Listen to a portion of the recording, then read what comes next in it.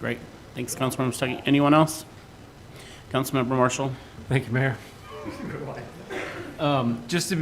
Make sure, just so I'm clear, right, the change from the 3 feet to the 2 feet is because we've already adjusted our minimum setbacks, is that why? Yeah, because when this was written, when it was 3 feet, we had a 5 and 12-foot side yard setback. Okay. And so it was possibly up to 9 feet, or, it could have been 2. But I think the intent with the 5 and 12 was that they would be the same on every house. So you would have 17 feet. Right. So now that we have 5 and 5, it could be as little as, if you have 2 of these 3-foot fireplaces that align with each other, it could be as little as 5 or 4 feet Right. between houses, which seems a little tight. Okay. So, All right, makes sense. Thank you. Anybody else? For the good of the order? All right, hearing nothing. Nolan, you had something to add? No? No, I'm just next. Oh, you're next. Sorry, go ahead. Yes. So my code updates concern Senate Bill 5290, project permit review timeline updates and review procedures that will be affecting Chapter 1820 in our code. So as a result of SB 5290, we have outdated project permit review timelines as of the first of this year, as they're updated in Chapter 3670B RCW. In addition to the timelines that are being changed, there are updated definitions of project permit and exemptions in that same section that we have changed to reflect in the proposed updated ordinance. And while implementing these updates in Chapter 1820 of our municipal code, we found some vestigial references to a couple of different things, and we thought it would be appropriate to just do some housekeeping and remove those references. And so those references are the PIP and PBB permit process, which no longer exists in our code, as well as a counter-complete review procedure, which does not exist in 3670B and is not relevant to our processing process as a result of the transition from physical to digital documents. And so that'll be, in total, there will be updates to 7 sections of Chapter 1820. To go into a little bit more detail about what the timeline changes required are, we used to require 120 days review timeline for all Type 2, 3, and 4 permits. That'll be changing to 65 days for projects that do not require public notice, or all of our Type 1 projects, 100 days for projects requiring public notice, so all of our Type 2 projects, and actually an increase to that timeline of 170 days for projects requiring a public hearing. And the state legislation also requires us to specify that days be counted as calendar days. As it's currently written, sometimes it is specified as calendar days already, sometimes it's just left ambiguous, and so we changed the language to be more clear. These are the sections where the amendments are proposed. In addition to what's shown here, we've gotten some comments back from our legal team to add a couple more adjustments just to the wording of the updated ordinance.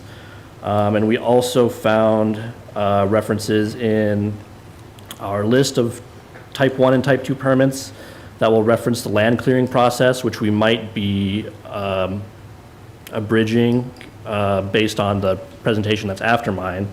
And so we could consolidate if that recommendation moves forward, we could also get rid of what would become vestigial references to the land clearing process as part of this update. And there was also a reference to an accessory dwelling permit in our Type 2 permits, which in practice is not an actual permit process we have. It's just the same as a building permit. So we would get rid of that as a vestigial reference as well. Mostly housekeeping items, but that's what we have. I'm here to answer any questions. Great, Nolan. Thank you so much. Council, any questions or comments for Nolan? Councilmember Wiesner. I guess I just have one quick comment. The 170 days for a Type 2, Type 3, when you're doing, they're going to be calendar days, not working days. That's correct? Yes. Okay, and so all of these are going to be calendar days? Yes. Okay.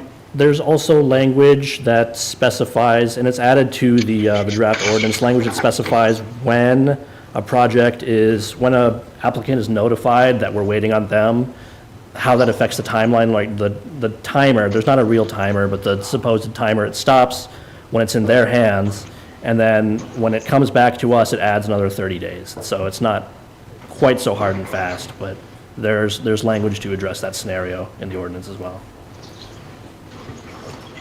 Anybody else? All right, hearing nothing, thanks so much to both of you. Moving on to engineering, we have a safe street study, comprehensive safety action draft plan, and here to introduce that is our, what?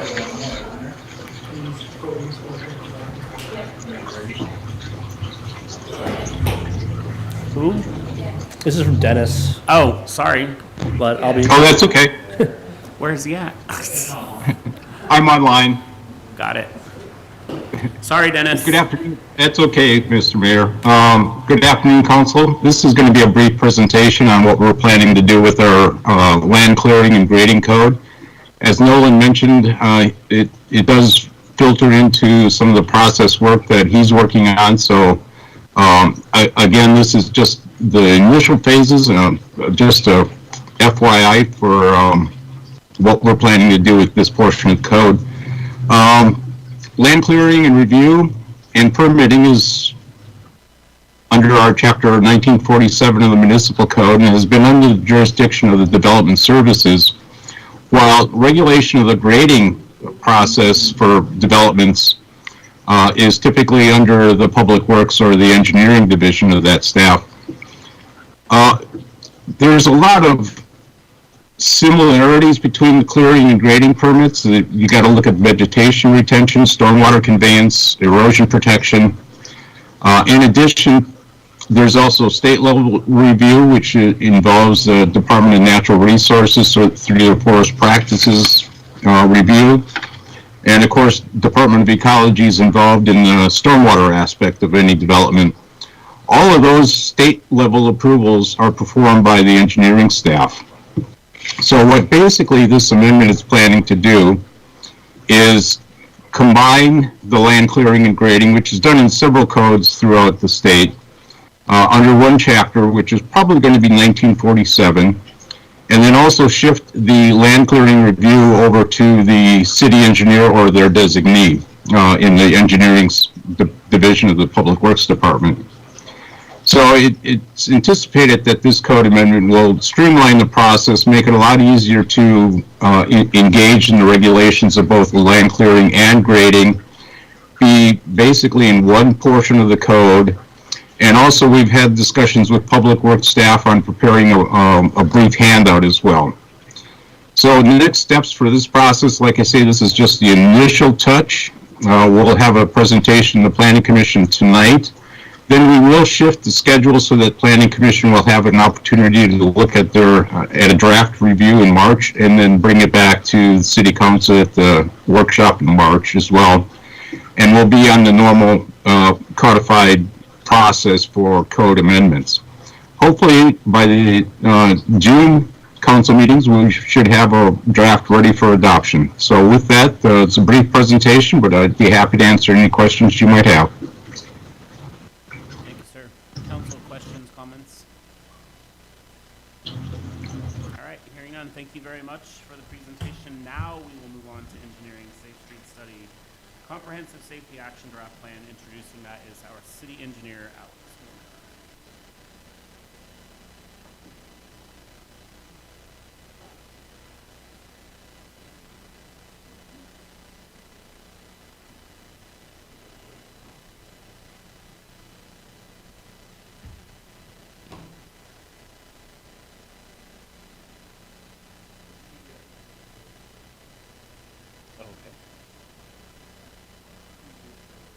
Sure, no problem. Hello, Mayor, Council. So this is a topic that we brought to you in September of last year with our consultant, DKS Associates. We were wrapping up our community input phase at that point. This is now the first complete draft of our comprehensive safety action plan that I've provided in the packet for you. I wanted to get your feedback and respond to any questions you may have before we bring it back later in the spring for adoption.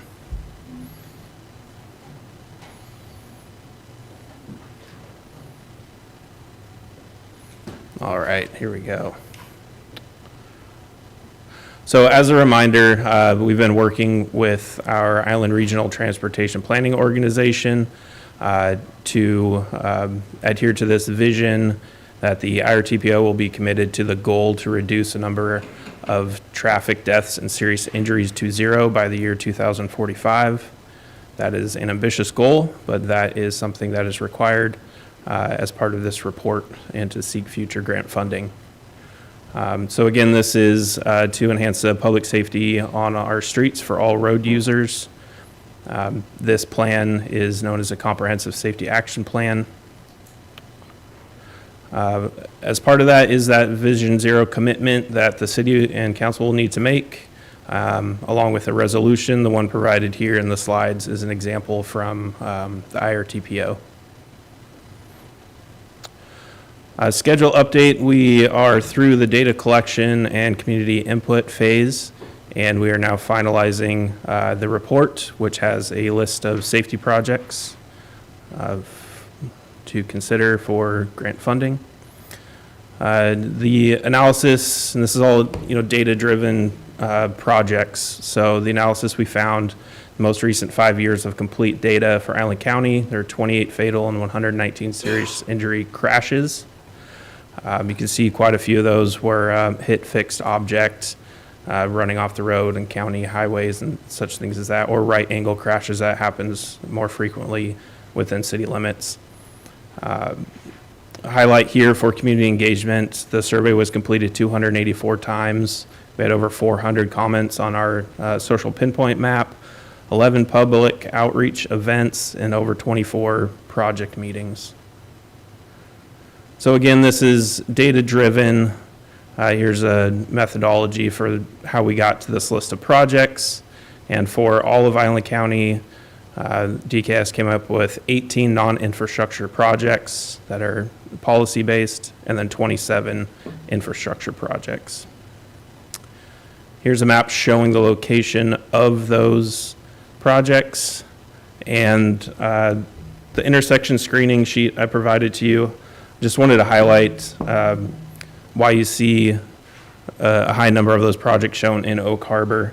So as part of the analysis, the top, let's see, out of the top 20 intersections, the highest number of injury crash intersections, 12 of those were within the city of Oak Harbor, and the top 5 were all within the city of Oak Harbor, of which 4 of those were on Highway 20 in Oak Harbor.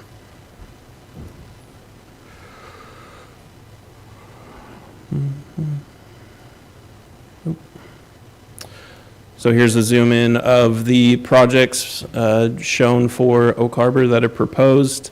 A few are roadway corridors and several are intersections. You can see a number of those are on Highway 20, so that would require coordination with WashDOT. And then, not going to read through all of these verbatim, but just showing the list of projects proposed. This is for all of Island County, and some of the ones for Oak Harbor for the non-infrastructure based projects would be traffic neighborhood, proactive safety programs, a citywide analysis of our speed limits and potential reductions in speeds, yard safety sign programs that we've seen other communities do, and that could be something that we could provide here at City Hall with grant funding. Infrastructure projects, again, most of those are going to be on Highway 20. We have recommended here reducing Highway 20 from 5 lanes to 3 lanes and adding bike facilities and enhanced pedestrian crossings. That would be a significant project that WashDOT has analyzed for the southern half of our highway in our city. And that's where we broke this project out into the north half of the city, north of Whidbey Avenue, and the south half, south of Whidbey Avenue. With Whidbey, you might be surprised to see that pop up here again, but that is for the section from Heller to Jib, where we could do some pedestrian improvements. It's close proximity to elementary and high school. Whidbey Ave intersection improvements, that is, oh yes, this is our small run of a 5-lane section of City Street by SARS and housing. And there have been previous analysis recommending a mid-block crossing and reducing from 5 lanes to 3 lanes. So again, here's several more projects. Some of them they identified we have already applied for and been awarded grant funds. Yes, there may be some uncertainty in that, but that's the final list of the projects for you, or sorry, the draft list. We'll be bringing this back in April likely for adoption. So I'm here to answer any questions you might have about these projects. And the plan. Any questions or comments from council? Thank you, Mayor, and I just have a couple of quick comments on this intersection screening document. Pretty telltale, and I get the SR 20, deals are a lot more complicated. We got to coordinate with WashDOT, but I noticed a couple on here that I think, as a city, that we can be pretty proactive on. Southeast 6th and Midway, we had a fatality there. Obviously, that's a cross-street intersection. I would think, some sort of a flashing light located on those stop signs. I'm not a traffic engineer, this is your job, but just my 2 cents, right, that obviously making aware that Southeast 6th Avenue cross traffic, that there's a stop sign there. I would assume that, all these accidents involve somebody running that intersection or, pulling out in front of that intersection. The chief can jump in if he has any knowledge otherwise. And then I look at Oak Harbor Street and Whidbey Avenue. I think that's a big one. We've got, school, we've got high school coming down there, so we have a lot of, younger drivers coming down there.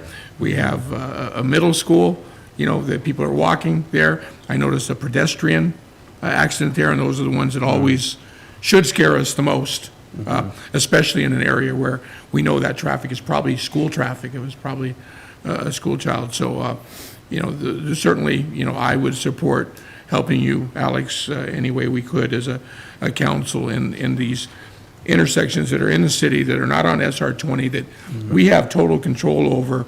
If we can look at those and just logically say, this is probably how these accidents are happening or why they're happening, and if there's something we can do as a council to help you and assist you in making those intersections safer, I'd certainly be on board with that.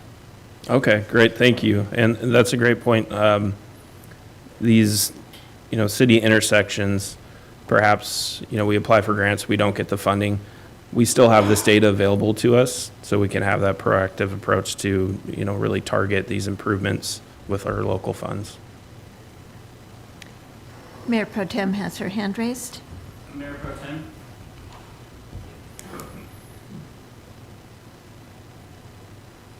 Thank you. Alex, I just wanted to say it's been an absolute pleasure to participate in this process. It's been so collaborative, and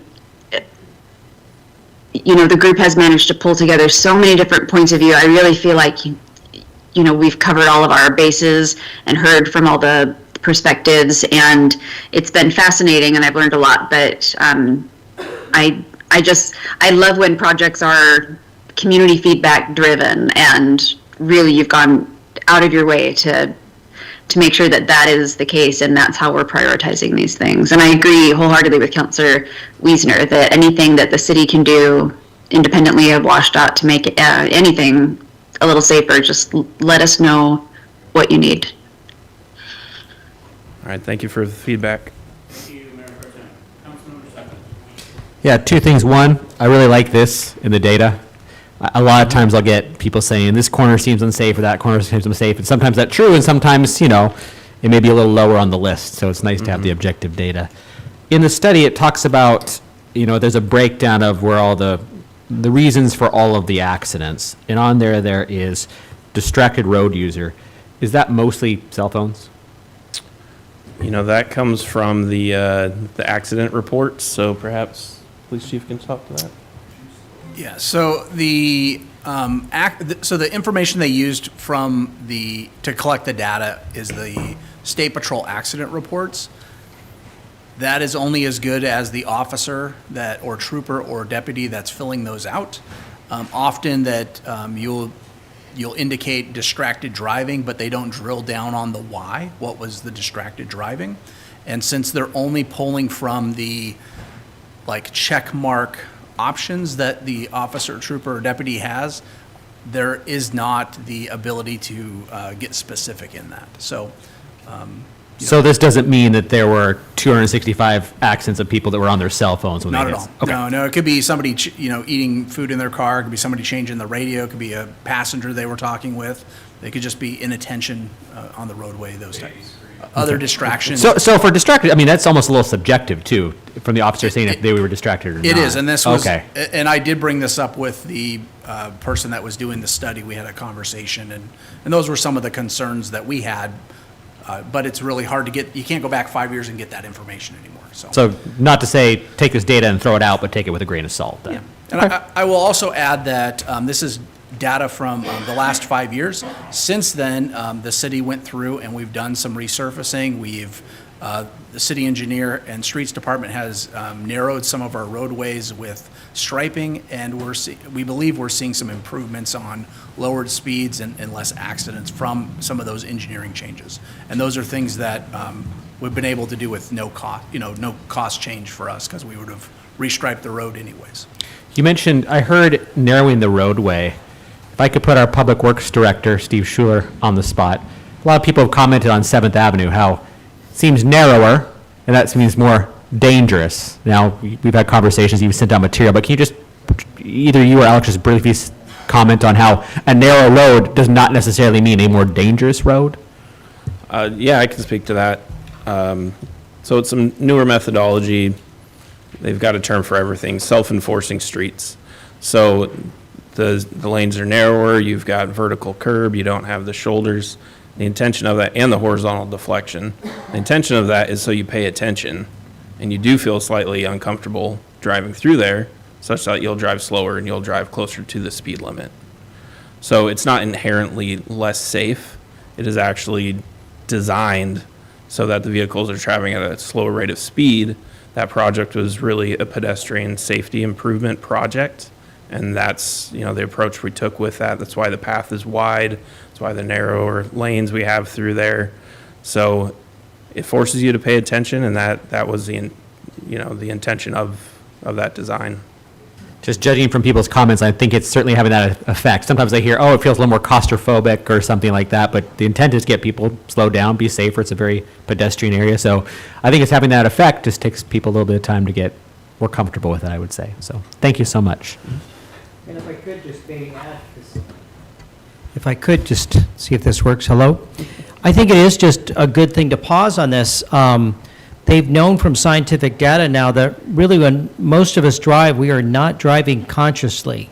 We go to some sort of subconscious state and we drive around, and in essence, we don't remember what we did because there's some part of us that's driving that we're not actively paying attention. And so some of these things that Alex referenced where it's self-enforcing are just critical to actually change behavior. And the studies have really been very robust in the last 20, 30 years to really lay that data down. And Alex and I can send you as much as you want to read at night on those. And they really do a good job of showing this is making a difference and is causing less deaths and less severe accidents. Councilmember Arms. Well, the only problem with the narrow roads is we still have big vehicles. And when you're turning on Oak Harbor Road to go down to the left on Woodby, that is so narrow when you're turning that one of the trucks actually hit a cone. And it's like when you're turning, there's really not enough room. They're coming this way, you're trying to, even though you have the light, they're right there. And that's the only thing is it's a nice concept and maybe it'll work, but we have a lot of big trucks. I mean, somebody told me on Oak Harbor Road, they had the big construction project and they had a mess trying to get around, turn around, do whatever they needed to do. So hopefully it'll have the right effect, but the lanes are too small. Our vehicles are not like that. and we have trucks, and we have all this equipment, and everything's much bigger, can't see around anybody, so I'm not a big fan of it, but if they're happy, I guess I'm happy. Anybody else for the good of the order? Councilman Romero.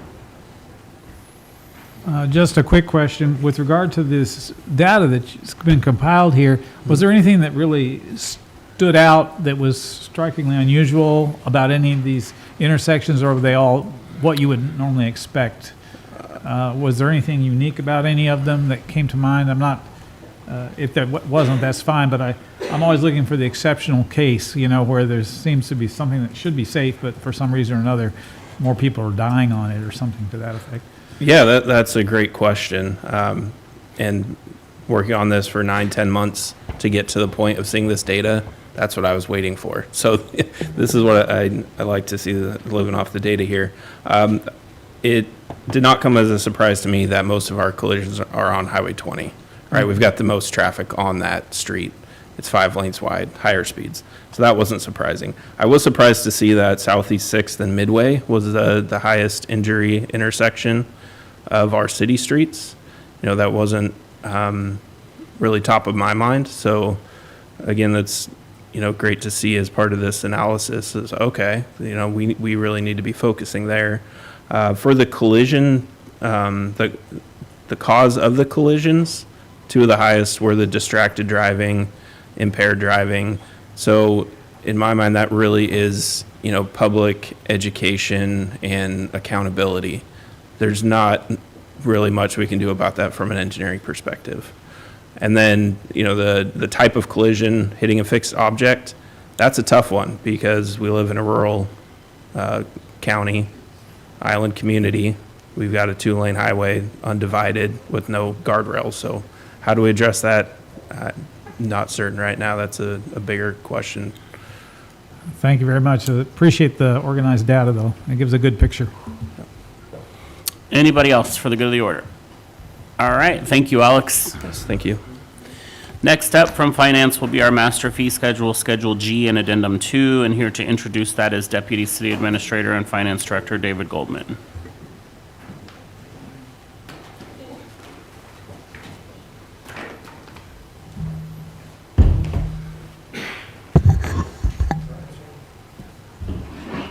Okay, so this is, David Goldman, Deputy City Administrator, Finance Director. I'm here with Brian Smith, our Parks Director.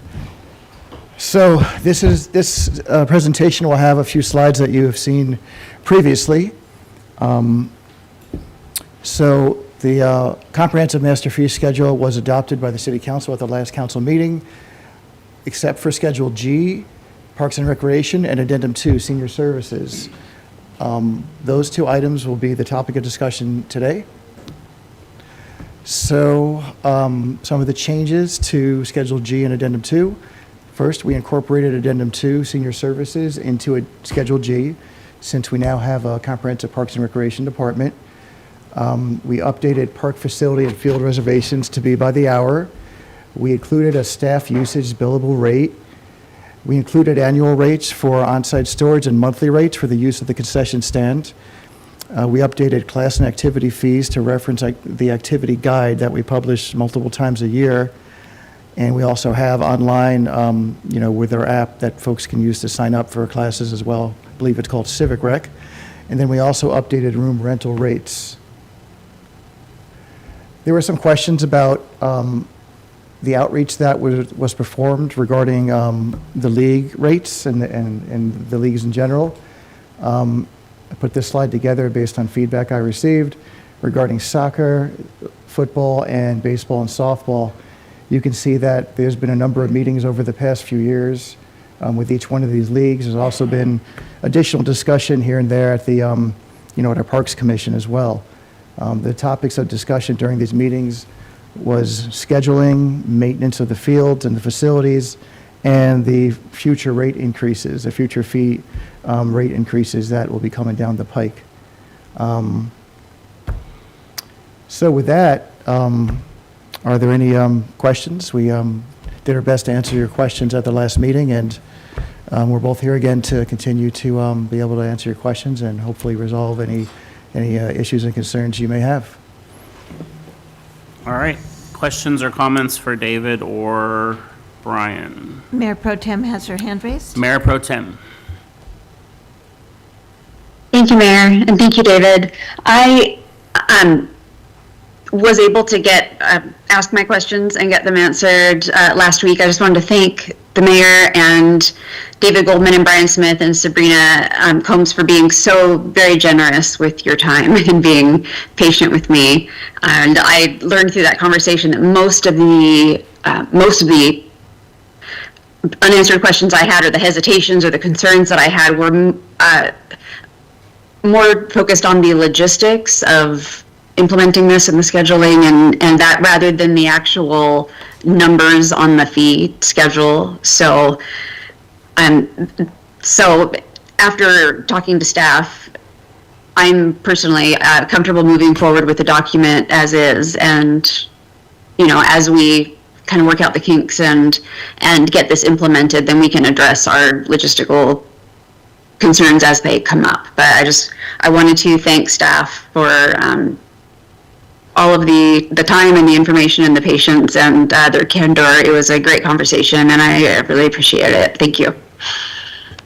Thank you, Mayor Pro Tem. Anybody else for the good of the order? Councilmember Marshall. Thank you, Mayor. And David and Brian, I hate to beat a dead horse, but giddy up. I'm going to do it anyway. I'm still having a problem with the practice fields, okay? So if we pull into Fort Nugent and we go straight ahead, we've got a baseball field right there, right? And that's where baseball practice is in the spring, okay? That is a baseball field in the spring, correct? But then football goes in practice on it. So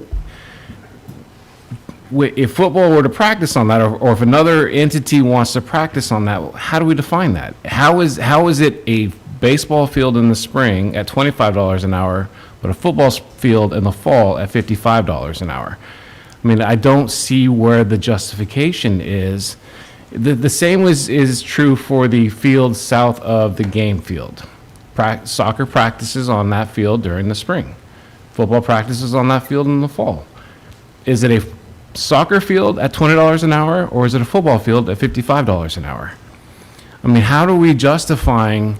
And I've heard the explanations that, the different watering and the different field structure, but the reality is they are multi-use fields. They are being used for different sports at different times of the year, but we're charging at different rates for the same field. And I'm having a hard time justifying how that makes sense. I would argue that having the baseball on there in the spring then makes holes in that, makes it more difficult for football actually to practice in there in the fall. That's one of the complaints I get year after year in the fall, is because that outdoor fencing or the outfield fencing has been put up out there, there's holes in the field, and that actually creates an unsafe practice environment. So I'm still having a hard time justifying the different rates. Now, if we were to have set, we had talked about building out Freedom Park, and then Freedom Park was going to have designated soccer fields, a designated multi-use field, then that makes sense to me, right? We have a designated football field, so okay, that makes sense that we charge a certain hourly rate for that. But what we have currently is multi-use fields that are used for different sports at different times of the year, but then we're not charging the same amount, and that's really where I'm struggling. The rest of the stuff I'm good with at this point. We've hashed it out. We've done everything that we needed to do. I'm a little confused. It says right now that the paid football clinic is $5 per hour. That's not, I don't believe that's what we actually landed on, right? That should be higher than that. But that's what's in our current packet on page 458. It's listed at $5 an hour. Oh, no, it's just, it's a spacing issue. Yeah, it's a spacing issue. That's supposed to be for the basketball courts and the tennis courts. Okay. Yeah. So I guess that's the only hang up that I have still is how we're justifying the different practice field rates. It may just be a moot point that never ever comes up, but because this is in our schedule and this is what we're being asked to approve, needs some clarification on how that makes sense for the fields that we have in our town, so. I probably would just repeat the exact same thing I've said a few times. Maybe if Craig's all right, if you don't mind coming up to the mic here. And maybe I'll have Craig, because Craig and Brandon did quite a bit of research on this in doing the comparable comp study and the market rate study and looking at how municipalities are organizing the methodology around what are they charging per the fields and why. You know, we looked at our costs for maintaining the fields, and the rates are very loosely based off that. You know, in the presentation I gave, you know, it shows that we have basically about a 7% cost recovery, right? So there's no real rhyme or reason on how we tie in our rates to a cost recovery percentage. Now, we could come to council and say, you know, based off of industry best practices, we would recommend a 30% cost recovery on what we charge for use of the fields. Council could reject that. We would ask them to give us a number, and we would base the rates based off of that. That would be from a performance budget approach, that would make the most rational sense. We decided to, I think, in the interest of the leagues and to not be as, to increase the fees way up where that would be detrimental to them, we based it mostly off of a market study rate. And even then, we were quite a bit low. I know for the football fields, like in particularly, we took the rate of the $34.50 for the football fee. We based it on largely on the Gaelic football rates from Burlington, which is $45 a game, and then adjusted the anticipated game cost to equal the sum of the previous year's participant payment. So there was a lot of thought into not only, all right, let's do this in a way that makes sense methodology-wise to speak to our costs, but then also make sure that it makes sense at a market comparable rate with what other municipalities are doing. We have costs that are directly related to the types of fields and their use and how hard they're being used and by what type of activity on there as well. But I don't know, Craig, you want to add to that? So Craig, before you answered, because one of the things I was going to ask you, because we had this conversation, and I thought part of this was one of the big pieces with the football specifically was the wear and tear on the fields and then the maintenance cost that was associated with getting them back into the condition that they needed to be in. Yeah, that's definitely a consideration. Yes. Yeah, and I think one part that's leading to a lot of the confusion here is when we talk about the football practice field and the football game field, those are two specific fields. Those are just the two sand-based fields. So they are just named, as of right now, the game field and the practice field. So when you're talking about that extra field that is a multi-use field that has the baseball field on it, that's not the practice field. That specifically would be, I believe they, soccer calls it the upper north field, or the upper field versus lower field. Like, it's just a naming issue. So the field that you're talking about that is the baseball field wouldn't be that rate. That would be just the regular field rate. Yeah, that's true. Okay, so I guess that answers my question, is if somebody wanted to say they wanted to have a football practice, but they specifically wanted to use that upper north field or whatever it's called, what rate would they be charged? Yeah, so they would be charged at what we would charge the soccer field rate, right? Okay. Yeah, please. What if it's the football team up there? They're going to get the same rate on that same field? Yeah, That's what, I mean, I believe that's what we're trying to get to. It's a rental right? rate for Okay. that space. It's not set, necessarily doesn't matter that- sport specific. Right, the Okay. activity, right. That was the clarification. Yeah, so what are we calling football fields then? I mean, so is it the game field and then the field that is directly south of that? Yeah, it's those are the two sand-based fields. Uh-huh. They require a higher level of maintenance. We have to do things like aeration and it takes more irrigation. It takes more mowing because we do more irrigation. There is a higher level of maintenance that goes into that. We also try to make those fields nicer for football, especially the game field. So those are all considerations that go into where that's priced at. So regardless of who practices on that field, that's the rate that they're gonna pay. And so, I guess that helps. That's what I was looking for, is kind of the definition of what fields are what, and then what are they gonna pay. It's not based upon what sport is actually playing on it, but what fields they're actually using. Correct, and that's how we have it listed in the fees, fee schedule. No, and I understand that. I just wasn't sure how we were delineating what field is what, because they are multi-use fields. And so I was unclear as to which ones are actually being labeled then as a football field or a football practice field versus a baseball practice field. And so that answers my question, and I appreciate that very much. And so I'm good. Thank you. Yeah, and I believe based off the questions and feedback that you had for us, that was one of the suggestions that we suggested was the renaming of those fields to clarify that, right? Yeah. Mayor Pro Tem has her hand raised. Mayor Pro Tem? Thank you. Just to follow up on Eric's comment, I have not downloaded or used Civic Rec yet. Is there going to be a visual component to the process of renting out these spaces? Because I know, Eric and his organization refer to the fields by a totally different naming methodology than like the soccer does versus how I think of them. So if we're all speaking the same language, I think having a visual component in there would be really helpful. Yeah, for instance, when we met with the soccer league, we shared this map.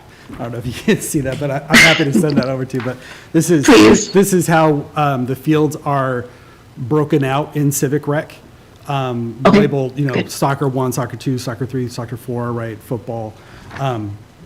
So I don't know if there's a visual representation of that in Civic Rec. I think it's just textual, right? Yeah.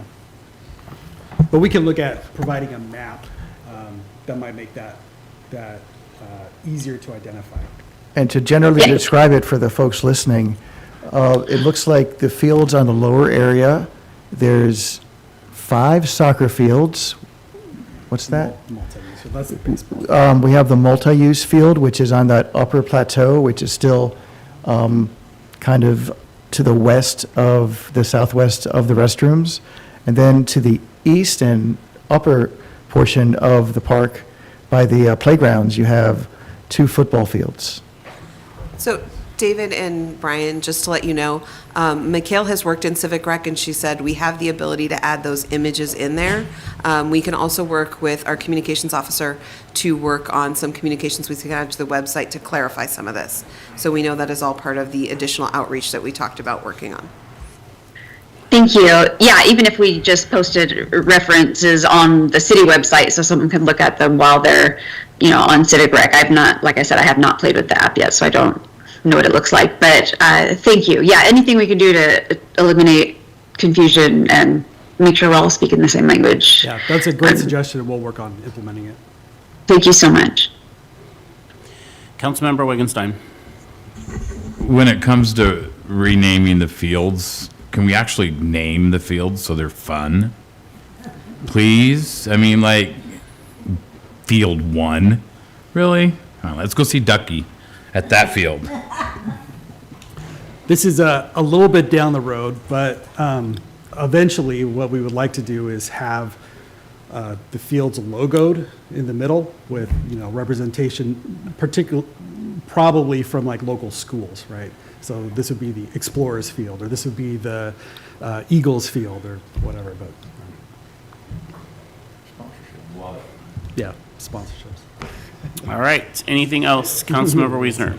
Thank you, Mayor. Brian, something I didn't catch the other night when we were talking about this. Can you explain the disparity in the soccer season reservation charges between Select at $5 an hour, recreational at $25 an hour, and then Tiny Tots at $50 an hour?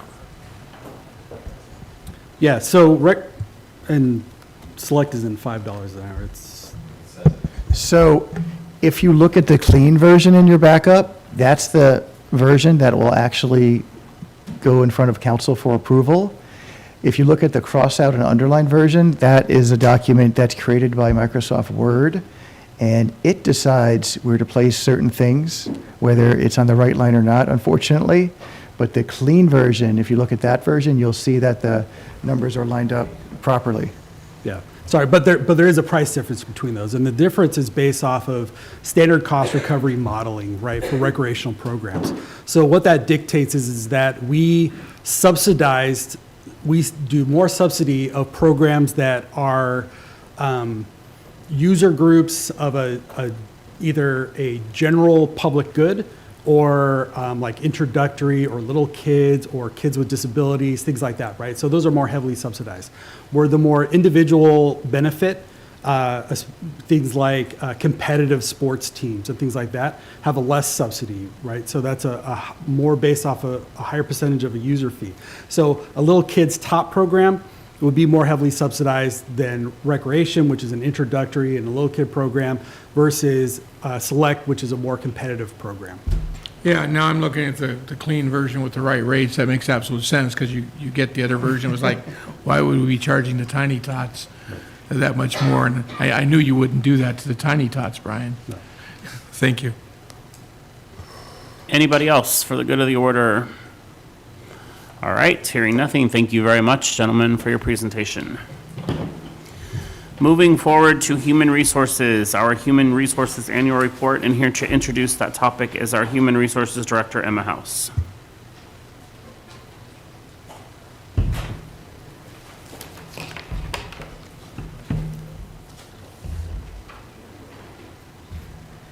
Good afternoon, Mayor. Good afternoon, Council. Okay, here to present the Human Resources Annual Report. I am Emma House, the Human Resources Director, and I've been on board since 2016 with the city. Very happy to be your HR Director, very proud of the work that your city does and all of your employees. So to give you a quick overview of the departments and divisions that Human Resources supports: administration in general, development services, finance, fire, judicial and legal, marina, parks and recreation, police, senior services, solid waste, storm drain, transportation, wastewater, and water. And we very much follow the city's vision and our vision of recruitment of Oak Harbor is a vibrant Whidbey Island waterfront community where everyone is welcome and encouraged to thrive. And the Human Resources Department is a cohesive, collaborative team dedicated to creating partnerships by supporting all programs and departments. We strive to support, guide, and maintain requirements to create a healthy and positive work environment in order to assist staff in accomplishing individual program goals as well as overall organizational goals.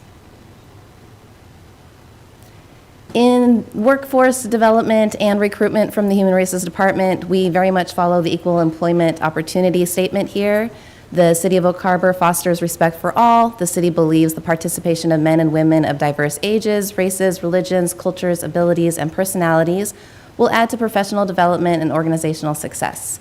All employees and potential employees will be recruited, selected, trained, promoted, compensated, and if necessary, disciplined or terminated without regard to sex, race, religion, marital status, honorably discharged veteran or military status, age, national origin, sexual orientation, color, creed, ancestry, disability, or any other basis prohibited by law. And the mission of our HR department is to support the city's goal of premier public service by nurturing an organizational culture with shared beliefs, values, and norms that lead to employee excellence.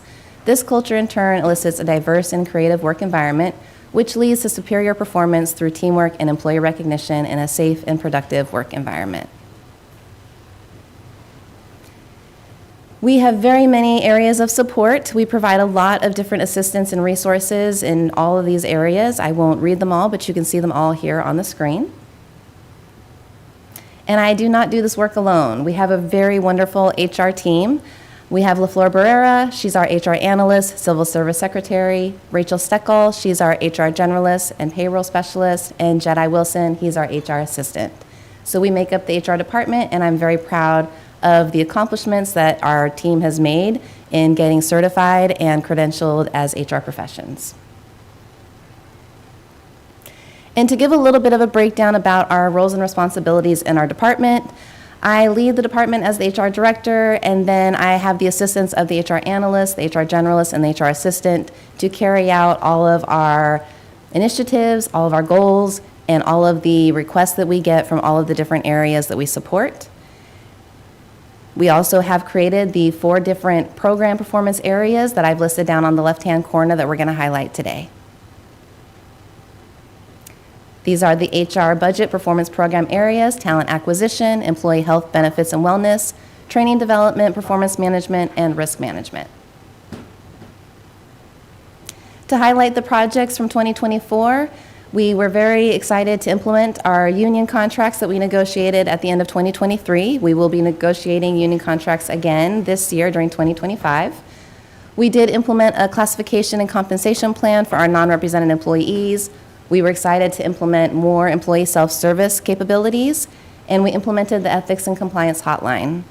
For 2025, we're working on our citywide training schedule, getting that implemented again, our employee policy manual, updating that. We're going to revise our supervisory manual, which we haven't done in many years, and we're going to continue to improve our staff committees and our boards and commissions that we participate and help to assist with. So moving on to an overview of talent acquisition, this is your recruitment, selection, and hiring processes. We do a lot of work in recruitment and selection. We make sure that any vacancies or positions that need to be filled are opened as soon as possible. We take a lot of data about where people are applying from, and we also look at our different comparables and how we're benchmarking with our recruitment data and how successful we're being in hiring. We also do have a lot of reporting, regulatory standard information that we have to make sure that we're tracking. So equal employment opportunity data. Again, we like to know where candidates are coming in from and what kind of candidates we're collecting for any of our job applications. And you may have seen this information in the department monthly reports, but we are looking at how long does it take us to fill positions, how many people are applying to these positions, and how successful are we being at converting candidates into actual employees for the city. And then moving on to employee health, benefits, and wellness. We spent a lot of time making sure that we're administering and maintaining health benefits for your workforce. This is a breakdown that you've also probably seen in the monthly department reports of how much money we're spending for the insurance and all of the different plans that you have employees on.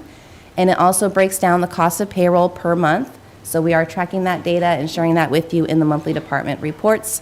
Please do let us know if you ever have any questions about any of those descriptions, definitions, or that data that you see.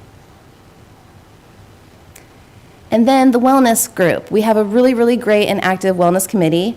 And through the Association of Washington Cities, we participate in their Well City program in making sure that your city gets designated as a Well City. There's a lot of work that gets done every year to make sure that your employees are being well and active and participating and engaging in different activities that we support. So we're tracking different items as leadership, policy and environment, partnerships, program activities, and engagement, and we're assessing and evaluating that data and sharing it with AWC to make sure that we can be recognized as a Well City. I did recognize that in my PowerPoint, this slide and the next slide were duplicate, and it was because I had not put this one into your packet yet. This just recently got submitted to AWC for the Well City application. So every single year, we meet those standards, we give them a program summary, and we fill out an application in order to get the designation for the next year. Very excited to say that your city has been a Well City for over 18 years. We're going to be working on 19, so that's very exciting and a great accomplishment by many of your employees over many, many years. So great work. Very much appreciate that work, and definitely want to give a shout out and thank you to our Wellness Committee members. These are your current Wellness Committee members. There's so many Wellness Committee members that have gone through this process throughout many, many years. I can't thank them all, but definitely appreciate the participation from all the different department areas to make sure that there's representation from all of our different facilities and departments so that all of our employees have a Wellness Committee champion to go to. And a quick staffing summary. Every month, we also do put this into the department report so you have an idea as to how many people are on board at that time. It does change based on if we have seasonals, temporary employees, and it does show you how many full-time or part-time employees we may have at that time. And per each month, we're also tracking number of hires, number of employee changes internally, and number of separations. And moving on to training, development, and performance management. We are in the process right now of your annual performance evaluations for your employees. So every year, annual performance evaluations are assigned and due, and it is a lot of work, but it's also extremely important work for us to be able to give feedback and make sure that we're assigning goals and reaching those accomplishments. So we're constantly tracking where those evaluations are at in the process to make sure that we can assist anyone that might get stuck or might need some more training on how to complete performance evaluations or to conduct those performance evaluation meetings with their employees. We also have our learning management system, which is the training system for our employees where they can go in and take courses at any time online, and it creates a transcript for them that shows every course that they take, and it also will track any certifications or licenses and also external trainings that we might be tracking. So we are very much trying to support the employees and making it available to them for professional development and also for them to be able to take that information with them if they need to when they go to any other place of employment. And then moving into risk management. So risk management is your workers' compensation area. So this is making sure that all of your employees go home every night safe with no injuries. We report to the Association of Washington Cities and partner with them through LNI, Labor and Industries, to track any workers' compensation claims and the cost impact to the city, because we do have to think about medical claim costs and also time lost from the job for taking off having to care for themselves for that injury. So this is data that we review with your safety committees to try to make sure that we have a good idea as to where your accidents or injuries may be occurring in the workforce, and to see how we might be able to provide more education to prevent these type of injuries from reoccurring and creating increases in your workers' comp claims. And also a great thank you to your safety committee members. Every facility has a safety committee, and then we have a central safety committee where employees from all of the different areas come together and talk about citywide things that we might need to address, things that we can correct. And we meet quarterly, and we all are going to be working towards becoming a WorkSafe employer. That's the next designation that we would like to achieve. That's also through the Association of Washington Cities, and it will take some work from our amazing safety committees to make that happen. Yeah. If we get that status, does it have any impact on like insurance premiums or anything like that? All of this work that we do luckily has great impact to the premiums. So whether it is making sure that we're becoming a well city and having the insurance premium discount for our health benefits, or whether we continue to decrease costs for workers' compensation, one of those ways is becoming a WorkSafe employer and meeting all of the criteria that goes along with that. I think there was maybe another question from Mayor Pro Tem. Mayor Pro Tem has a question, yes. Thank you. I do, thank you. First, shouldn't there be 8 elected officials? Yes, it was probably 7 at that time because it was between the time right before we got Councilmember Merrow on. Ah, okay, thank you. I was questioning my ability to do math there for a second. The numbers change very frequently, so it's hard to keep up with them. So it was at that point in time when you ran the report, that's what it was? Correct. And I appreciate the recruitment data. That's all, it's really interesting. And just I love data. So I don't know what purpose it would serve or how helpful it would be, but personally, I would love to see a little more information about our current existing employees and their longevity. I'd be curious to see who our longest serving employee is, what the average number of years someone works for us, which departments have the longest serving employees, just out of sheer curiosity. If that's information that would be really difficult or time consuming to gather, then don't worry about it. But just for my own curiosity, I would love to know more. For sure. Love that idea. We can do that. Thank you. Counselor Wiesner has a question also. Thank you, Mayor. We're just running through the standard workman's comp program at the state, is that correct? Yes, that's correct. Have we ever looked at whether or not we'd have the ability to join one of these retro programs? We are actually part of the retro program. So we are getting checks back when we have low claims? Yes. Right, that's important, I think, for everybody to know. And Yeah.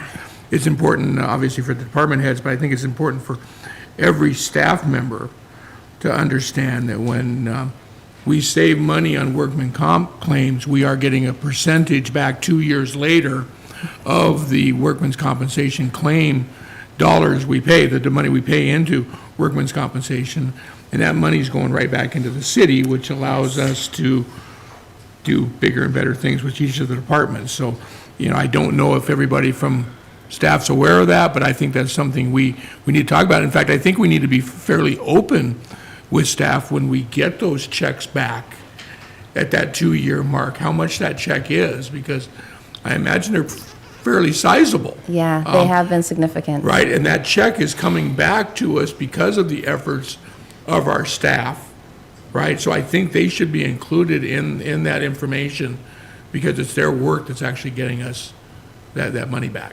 Yeah, that's a great idea. We are part of the retro program, and we do get a reimbursement. It's usually several years after they close the claims, but we get a reimbursement for keeping costs down, timely reporting, preventing accidents and injuries, making sure that we have a transitional return to duty, light duty program in place. We also get reimbursed for keeping people at work on light duty transitional work programs. So we get reimbursed for their time, and we also get reimbursed for tools and resources that we might need to purchase in order to keep them here at work on light duty. So there are some great benefits. We definitely should highlight them more. I often say that HR is not a revenue generating department, but we definitely try to decrease costs, bring in as much savings as possible with those type of programs. Well, and that's a huge team effort that every single staff member in the city can have an impact on. Yes, for sure. Thank you so much for highlighting that. Go ahead. Okay, great. So we've also really focused on employee self-service. We really wanted to make sure that we transitioned as much paper to electronic. That started back in 2016, 2017 with applications for employment being transitioned from paper to electronic. And then when COVID hit, there was even a bigger push to stop having paper being routed so much and try to do more electronic-based information and give that information to your employees. So we have created the employee self-service dashboards so that employees can see their data. They can log directly into our system referred to as NeoGov.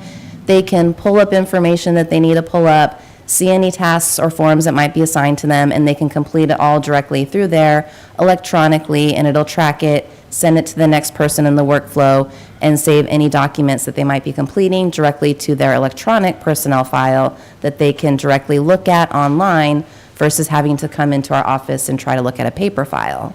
So we've done a lot of changes in recruitment to make everything electronic, and we've been able to track all of our hires that way, which has been really, really helpful. But then this also carries over to our employees. When we onboard and bring people on for orientation, we're able to really personalize it for them. Within each of their department areas, they get a portal that's specific so they can learn about their area. They also have the overall citywide portal, which gives them overall city information. So this has been very helpful, and it's also been a very nice way to customize information and have our admin assistants take a role in that. And as I mentioned, we're doing a lot of training through the system, and employees can look at their courses, they can enroll in courses, we can enroll for them, and then they have a course transcript, which is really handy dandy and a very nice view for them to track any of their professional development. And we're tracking as many courses that are getting done throughout the year. Since we implemented the training system part of this in 2019, there's been over 6,748 courses completed. So that is a lot of continuing education, professional development work that your employees have done, whether we've been assigning it or whether they've been doing it on their own. That's really, really great work to see. And as I mentioned, performance reviews are going through the system. This is also a nice tool for the managers and the employees to be able to see where their performance reviews are at in the status and make sure that each person can see what each person is doing So that way it's not hidden in any way, very transparent. And we're tracking all the performance reviews in every department to see how many are completed, how many are in the approval status, how many are not started yet, because we are trying to make sure that the deadlines are met. Your annual performance reviews for your non-supervisory employees are due by January 31st of every year, and supervisory employees have their evaluations due by the end of February every year. And as I mentioned, during COVID, there was a big push to stop having paper routed through envelopes, so we created every single form that we possibly could electronically and created processes for all of those forms to have a workflow. So any form that an employee might need to complete during the duration of their term of employment at the city, we have a form created for that, a workflow created for that, and an approval process. And all of our workflows have the ability to have tasks, questions, videos, different things added to them, which makes it very helpful and easy to customize. And there's always a lot of reports for us to pull. Data is very fun to look at, so let me know if there's ever anything that you're interested in, and I'm always happy to pull it. And then there's the second employee self-serve, which is our payroll data. So we are going to be transitioning into the ERP in the next couple of years, and Eden Tyler Tech is that system. And this is what it looks like on the web-based version for the employees to be able to pull up their financial data. So right now we have two different systems, one that keeps the financial payroll data, which is called Eden or Tyler Tech, and then we have NeoGov, which is right now all of the employee performance, learning, training, tracking of their personnel file. So this system allows everyone to come in and look at their paychecks. They can pull them up at any time in case they need to go to a realtor during the weekend and we're not in our office. They don't need to ask us on Monday. They can get right in here online during the weekend and pull up what they need to talk to their realtor. So this has been very helpful. They can also look at their leave usage balances, which are on their pay stubs, but some people are very electronic. So since we're not printing pay stubs anymore, they're looking right here to see their their balances for their leave. And just to kind of give you a little snapshot for 2024, we had 58 new hires, we had 45 terminations. I will say that the city is very generous, not only in your health benefit offerings to your employees, but also in your balance of leave for work-life balance. So we do offer vacation, sick leave, floating holidays, and wellness day off. And at the end of 2024, if you were to look at all of the leave available to all of your employees at the end of the year, it was over 64,000 hours. So it was a lot of hours that would have been available to all of your employees to take if everybody took it. Of course, not everybody's going to do that, and not everything is available for cash out at 100%. But just to let you know, we are very generous. We do want to make sure that we're valuing some work-life balance for your employees because we know that they do work very hard. And here's a little recap of employee seniority. At the end of 2024, there was a number of 167 employees. That was equivalent to 1,481 total years of service to the city. So absolutely remarkable. And here's a quick snapshot of your demographics. This is also shared with AWC regularly to make sure that we're always giving them updated data. We also give them updated salary data for our benefit information. And I would just like to say that we have been leaders in the industry for HR. I'm extremely proud of the work that we've done. I'm extremely proud that when Sabrina came on board, it was the very beginning of COVID, and we were highlighted in AWC's magazine because we were one of the very few cities that did not close. We stayed open. It was very unusual. Everybody else worked from home, went to remote. Our employees didn't do that. We stayed, we worked. So I really want to highlight the successes that we've had in the past. I also had a publication through the NAPELRA organization, which has also been referred to from other comparable cities for union negotiations, which is really fun.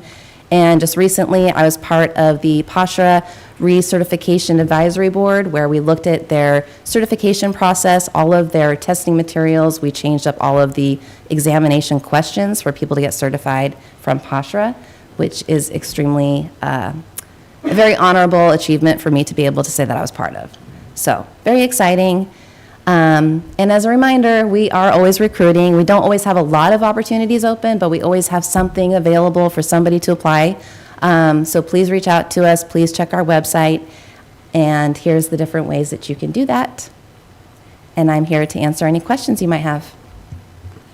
Thank you, Emma. Are there any questions or comments for Emma at this time? Councilmember Wiesner. Thank you, Mayor. Just one quick one. That data that you had involving the number of employees and the number of work years, right? That divides out to a little over about 8.5 years average per staff member, if you average it out.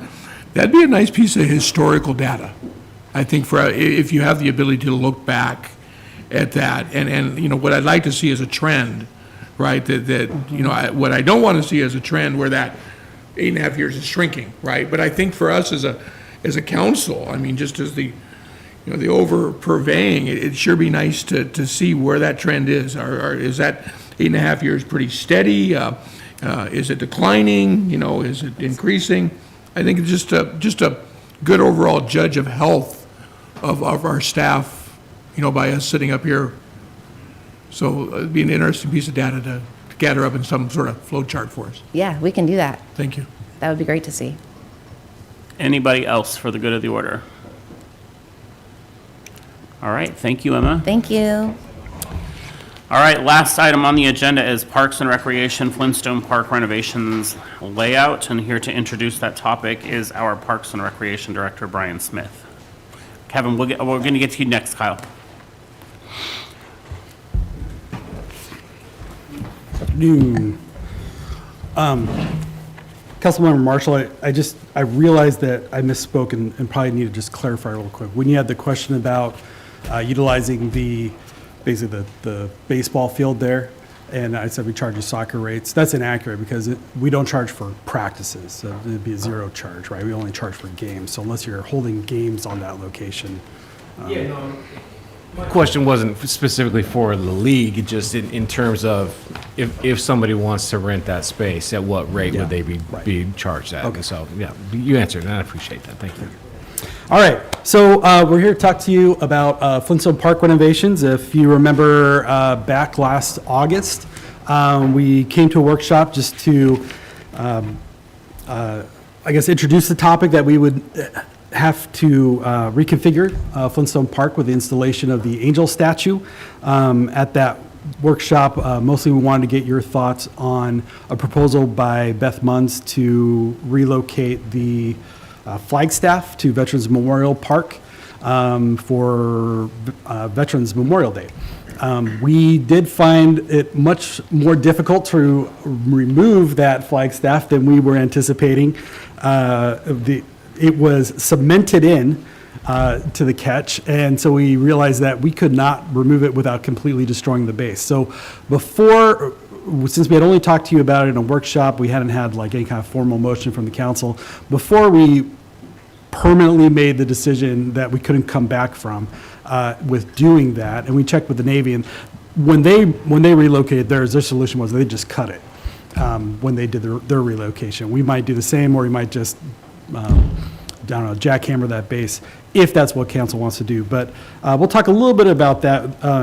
Council seemed in favor of that relocation, but we've heard a few things from council. We've received no community feedback on it, but we'll talk about it with you here. So quick background. Council approved that installation of the Angel of Creativity statue 2 years ago in February of '23. The installation was completed this last fall. It does require reconfiguration of the park since we put it right in the middle of the drive. And so we looked at a couple different options with that. A subcommittee of the Parks and Recreation Commission took this on, had been working with the Arts Commission. We had some city council and citizens discuss the reconfiguration needs and options as well. We had an initial idea of what that might look like when the location was selected, and they decided to put it right in the middle of the drive. Since then, talking with Development Services and getting more information as we try to put a site plan together, we realized that we had to change that. And so we presented a couple different options in those subcommittees.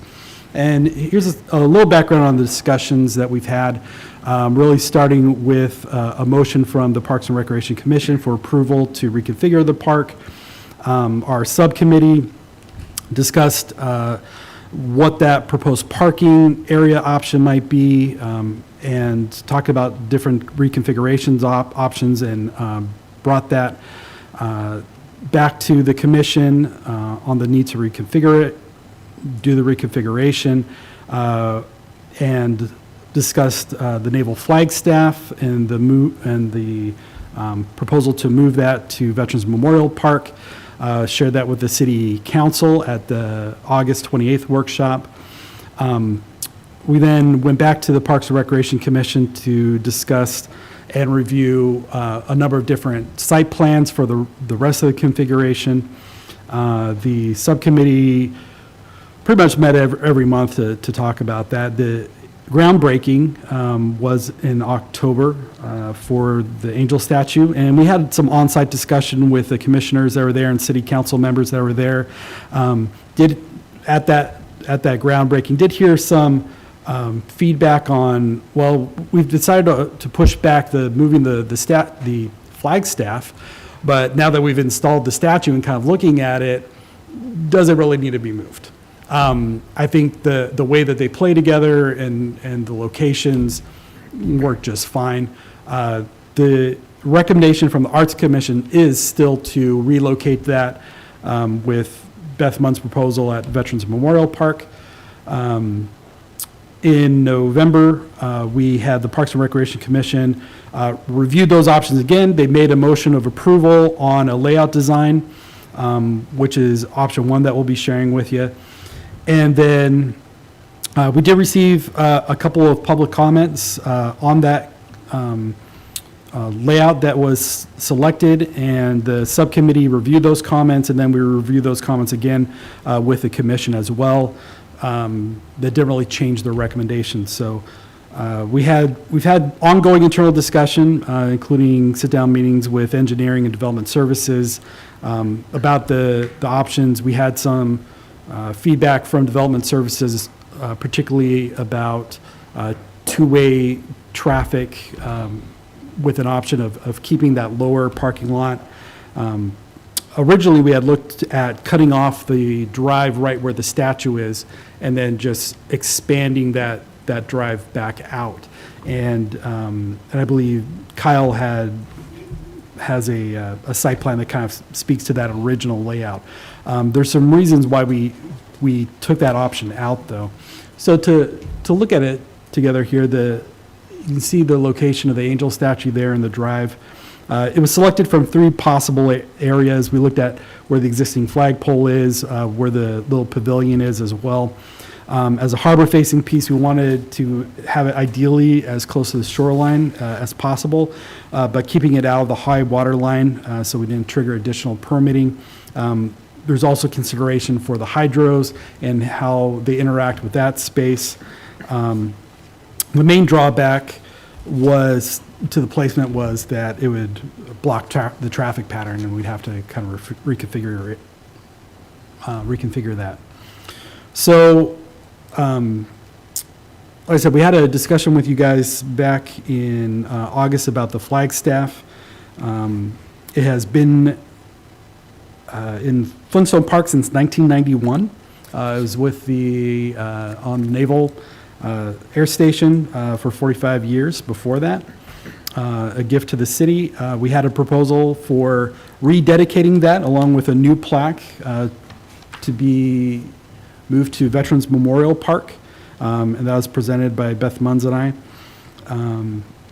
We have since pushed that to either Military Appreciation Day or Armed Forces Day, which was the same day that was originally put into Flintstone Park, pending council, what council direction is, right? So we've had the discussion with you guys. You seemed in favor of that during the last workshop. Now that we have the statue in, you've had a chance to kind of look at the space a little more. Would love to get some direction, feedback on if that's still what we want to do, or if you want to go a different route, or leave it there entirely. So I'm going to go over with you the options that were presented to the Parks and Recreation Commission, how they came up with their motion and their recommendation for the site plan. So this is exactly what we shared with them. So option one removes the roundabout, but leaves half of the drive down, which would be improved for basically a pathway, an ADA pathway from the parking lot to the trail. It relocates the flagstaff and and removes basically that, what we'll call the lower parking lot there against the trail. And all these first three options really are variations on a theme of removing the roundabout, but considering how do we access down to the trail in the best way. So the first option creates that access from the upper parking lot as a pathway, a non-vehicle pathway coming down to the trail. This option expands the existing trail, widens it, and makes it able for vehicles to drive on it. About the only difference there, and it removes the entirety of the roundabout path. Option 3 keeps the drive as is, as a vehicle road. Coming down, it places some bollards there at the entrance to the condos and removes the rest of the roundabout. As the Parks and Recreation Commission looked at all these different options, really talked about how's the park used, how's the space used, what are the needs, particularly for special events where vehicles are coming into the park. One of the things that came out of that we looked at is they drive all over the park.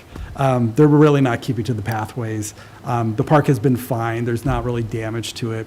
So there was less concern about creating a vehicle appropriate roadway to the shoreline. We're okay with them, carefully following those trails, walking trails that are existing along there to access that. But they're driving into the middle of the park already to set up vendor booths and different things like that. Option 4 is basically don't do anything. Leave it as is, place some bollards around the statue. This is one of two alternative options.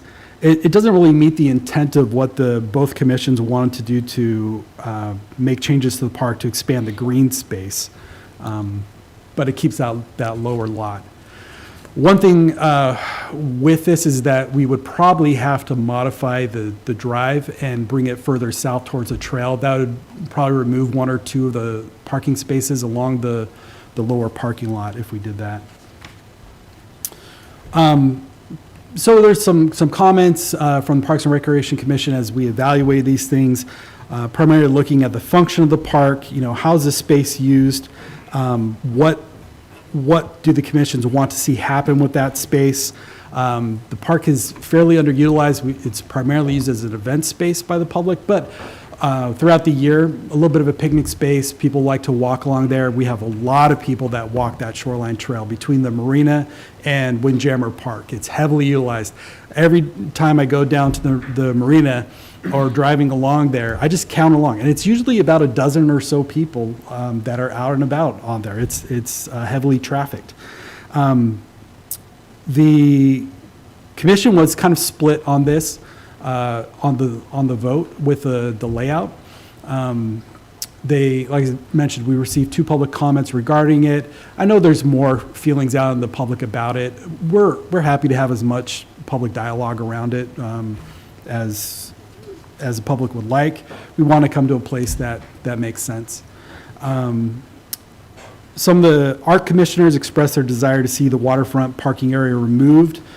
Based on the angel statue, they wanted to see more of a green space, a usable area, and try and beautify the park space a little more and activate the space as well.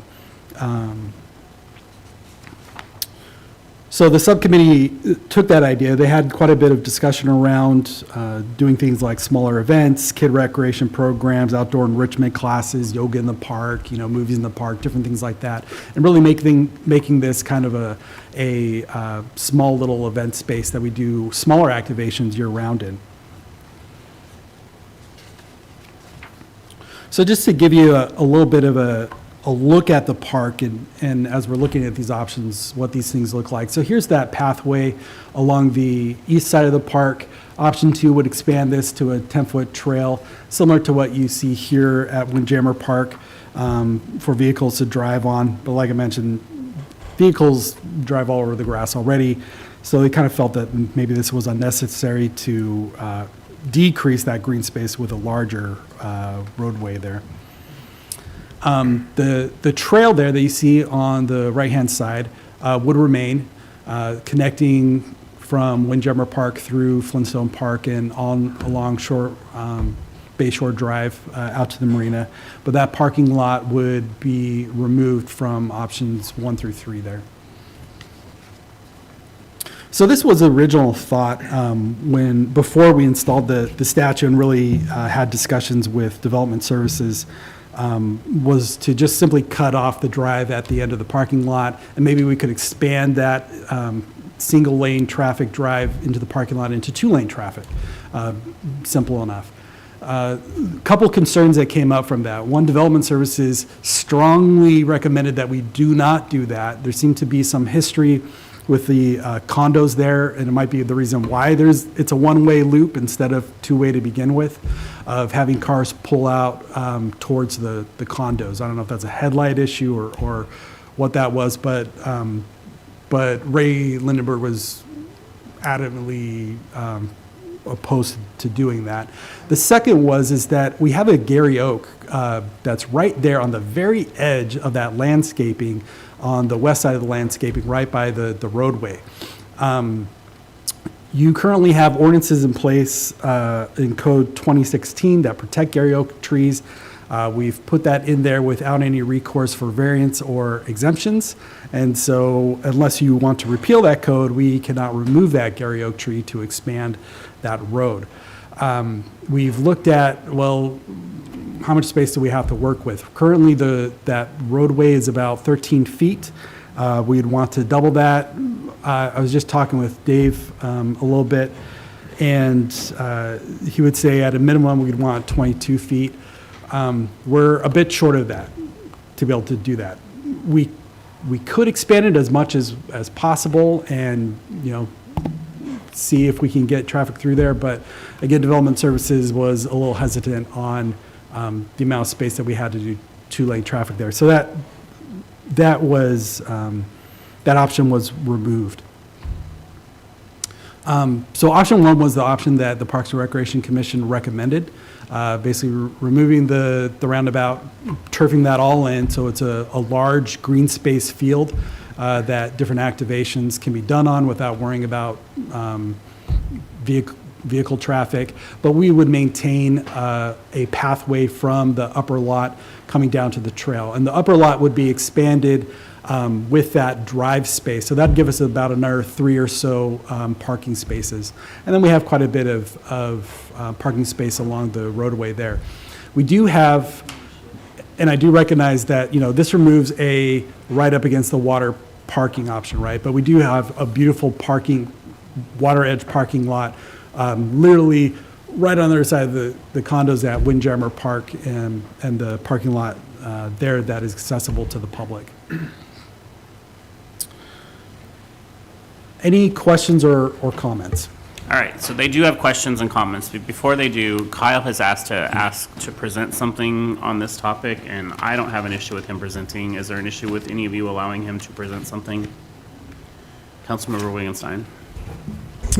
Yeah, it's not an action item, so I don't think we need any more other than that. If there's historical information that wants to be shared with us as council, I would love that information to be forwarded so I can interpret that without any other person's influential mind on it. And then it's nothing against anybody. I just like to ingest information sometimes. And as somebody who's lived here most of my life, I too care a lot about the park. I like option 5 better, flat out. To me, that makes the most sense to me. I think we got to figure out a way to accommodate the condos. Maybe it's an art piece of work that is kind of a fence-like thing to kind of block those windows from being affected at night, but yet still have a view that they get from those laundry rooms in the condos. I don't understand why we haven't put some sort of barricades up around the Angel already, and allow the park to continue to be used until we make a decision. It frustrates me to see so much use during the day, because my office is right there. I have a great view of it. I love looking at the Angel and the flag together. I think they're appropriate at this point in time. I also sit on the Arts Commission, and having seen it and been able to be a part of it, I'd like to see the flagpole stay, personally. And I'd like to see us figure out how to keep some of that lower parking lot available to people. I went and had lunch at Windjammer today in my truck. Not just because I couldn't get into Flintstone, but because I was down on that end of town.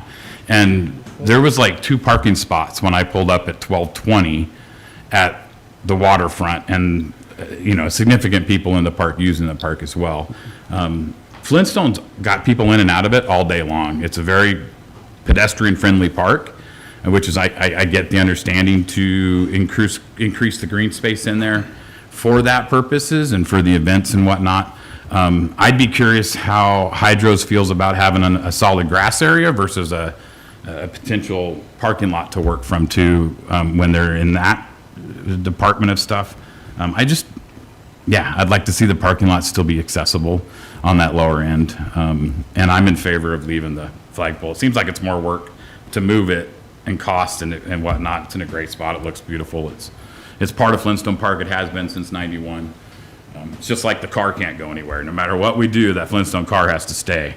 So for now, that's what I got.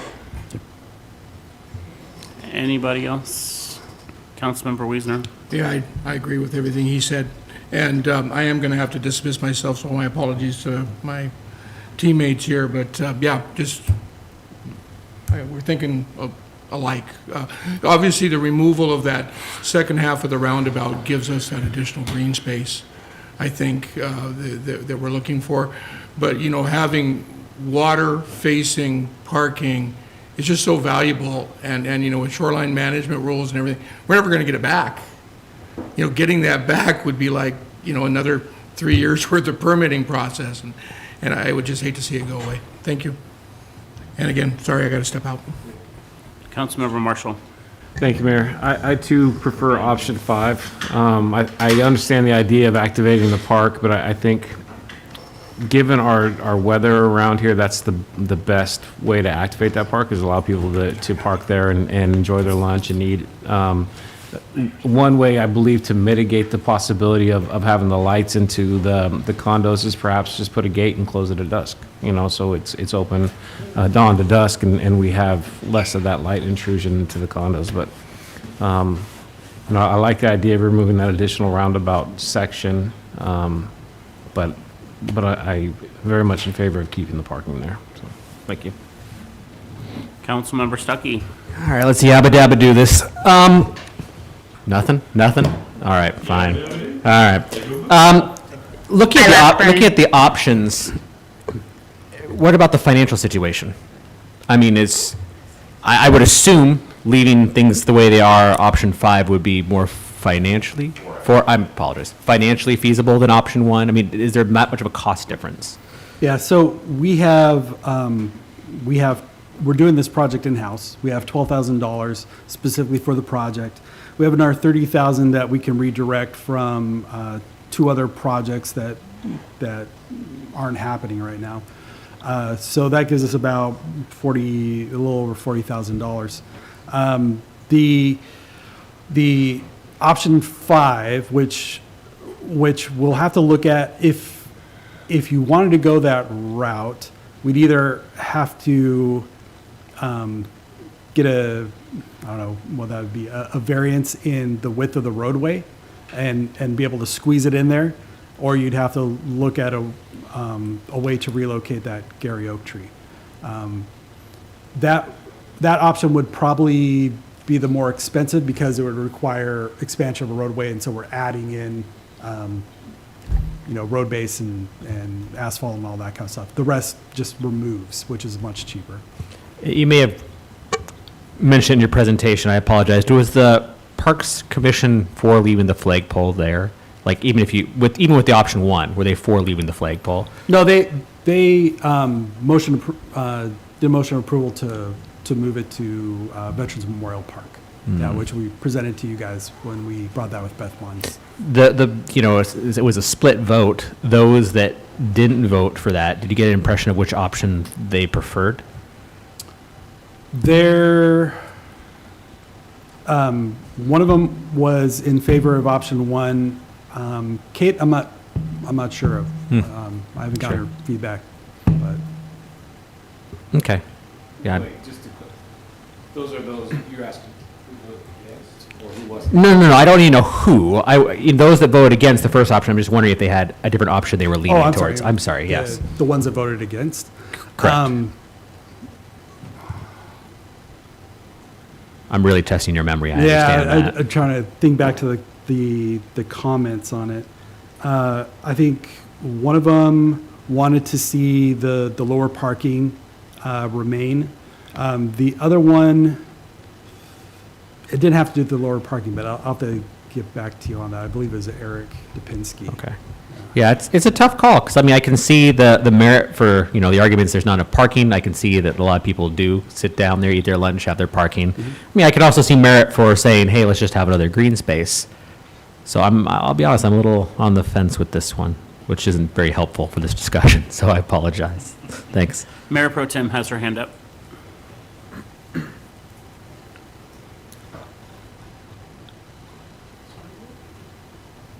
Sorry, I'm trying to navigate here. Correct me if I'm wrong. If memory serves, the only reason we were talking about relocating the flagpole in the first place was in case it had to come down on account of the angel statue. But if it's not interfering with the angel statue at all and it's fine, then there's no reason to move it. I might not be remembering that correctly, but yeah, if we don't need to move it, then I don't, that's kind of the end of the discussion there. For me, I think it all works well together. Yeah, and I'll say that the commission's motion on relocating that was done before the statue was installed. Right. And so I think we've had a chance to kind of look at it, in reference to each other, and there might be some different thoughts now. Yeah, it was if the flagpole has to come out, then we wanted to make sure it still existed somewhere, down in that space. But if it's not in anybody's way, it can stay right where it is. That would certainly be my preference. And I remember when we had our very first public forum with our design consultants for the Windjammer redesign, and they were really surprised at how much the community said, no, we like our parking there right along the beach. Because, the people who design parks were like, the beachfront is parking spaces? This is not the best use of this space. But we had to say, no, that's a thing. People in Oak Harbor park down there and eat their lunch. It's definitely a thing. And so they were like, all right, well, we've never, that's kind of weird, but okay, do you? And so those spaces stayed, and I had that initial reaction for Flintstone as well. And then I remembered that Flintstone is along Bayshore, and then there's Pioneer, which has that huge shoulder right along up against the water and the sidewalk. That whole way from Flintstone to Skagit Valley College. So if somebody really wanted to park their car by the water and eat their lunch, there's a mile or something of them to do it. And there's always plenty of room to do so. So I would not be too bent out of shape if we had to sacrifice a few parking spaces at Flintstone. There's so much other parking that's really convenient and nearby. Absolutely 100%, 1000% no to doing anything with a Gary Oak tree, especially if it's just for the sake of a little more asphalt or an extra parking space. That's not the move that I would like to make. And if Kyle Reninger is still there, I would please email us whatever it is that you have, and I look forward to hearing your comment when we take action at a council meeting. Thank you for being willing to contribute to the conversation. And I want to make sure I leave the flagpole alone, leave the Gary Oak alone. Yeah, I'm also kind of on the fence about the options. I could go either way. I would like to see some more green space. I'm kind of leaning in that direction. But now that the flagpole thing, could be off the table, it might be worth having some further conversations with the Parks Board. Thank you, Mayor Pro Tem. Anybody else? Yes, Councilmember Romero. I've been down there many times to eat my lunch facing the water, and so I'm very well acquainted with the people coming and going, and I also walk down there very frequently. I actually went down there and measured off some lanes and paced off some spaces so I could speak to this matter.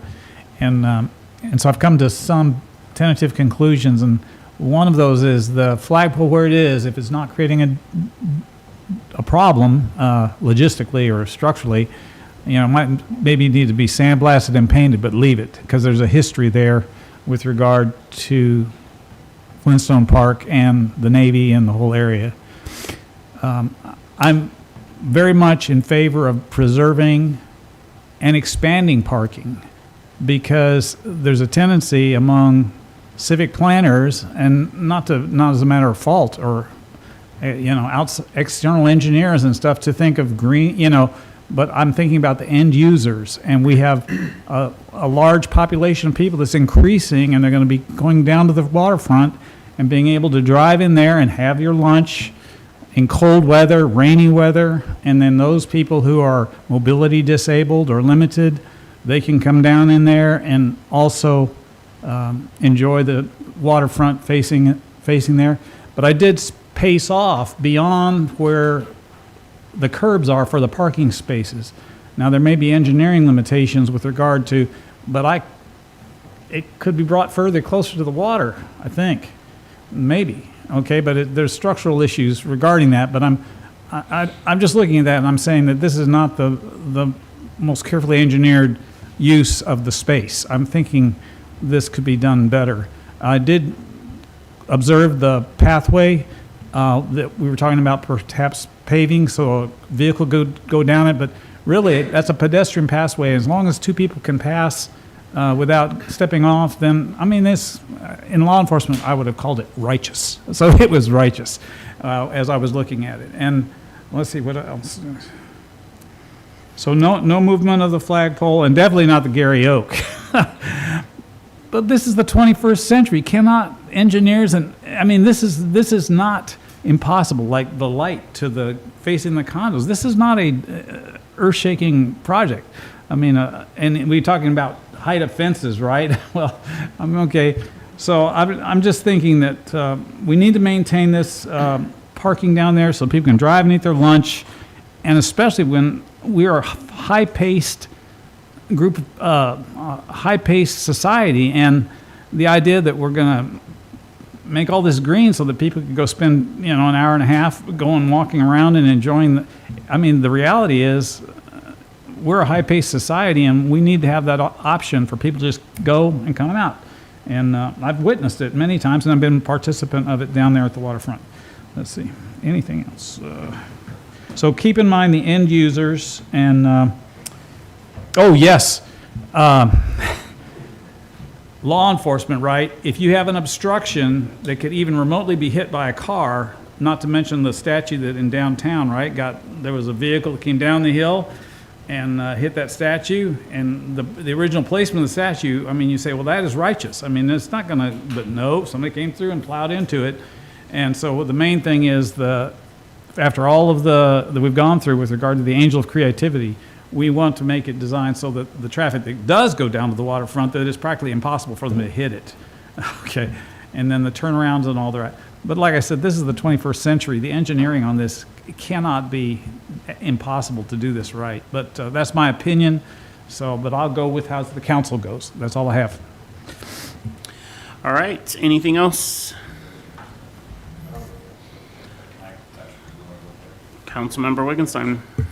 On that number 5 option, I know that it's to go to a double lane road. Does it have to go to a double lane road if we have just one entrance and exit? I see that Tony's over there shaking his hand. I know that it would be lovely to have a gate at dusk, but I imagine getting in and out in case the fire trucks need to get to the condos on the side, the gate might be a barrier in that regards. Though North Woodby Pool Park and Rec has successfully put a gate out at Clover Valley Park that's on a solar panel system. It's from 6 to 10 p.m. it's locked. Or 10 p.m. to 6 a.m. it's shut, and it opens up at 6, and it's powered and generated by solar panels. So automatic shut and close. So just want to make sure that we don't put ourselves in a bind, because yes, Gary Oak Tree downtown shouldn't have to go anywhere. Yeah, we'd like to keep it there, so. Yeah, cool. yeah, if we're going to have two-way traffic, we want to have a two-way road. Just so people aren't driving on the grass or, and all that kind of stuff, but. They already drive on the grass. Yeah. All right, so I think what I'm hearing is that, so we're developing the site plans and we'll have the cost estimates of those associated. And I think I'm hearing option 1 and 5 to come back to council with those flushed out. And then we'll also ask for an official motion on the Flagstaff at that time as well. And we'll work with engineering and see if there's a way that we can create a 2-lane, what room we have to, right, be flexible with that. Yeah. It's like an alley. Okay. Is that it? So Kyle, if you would be so kind as to forward me your information, and I'll make sure everyone gets it for you, and I'll CC you on the email. I apologize. I should have probably pulled them first, so. All right, thank you. There being no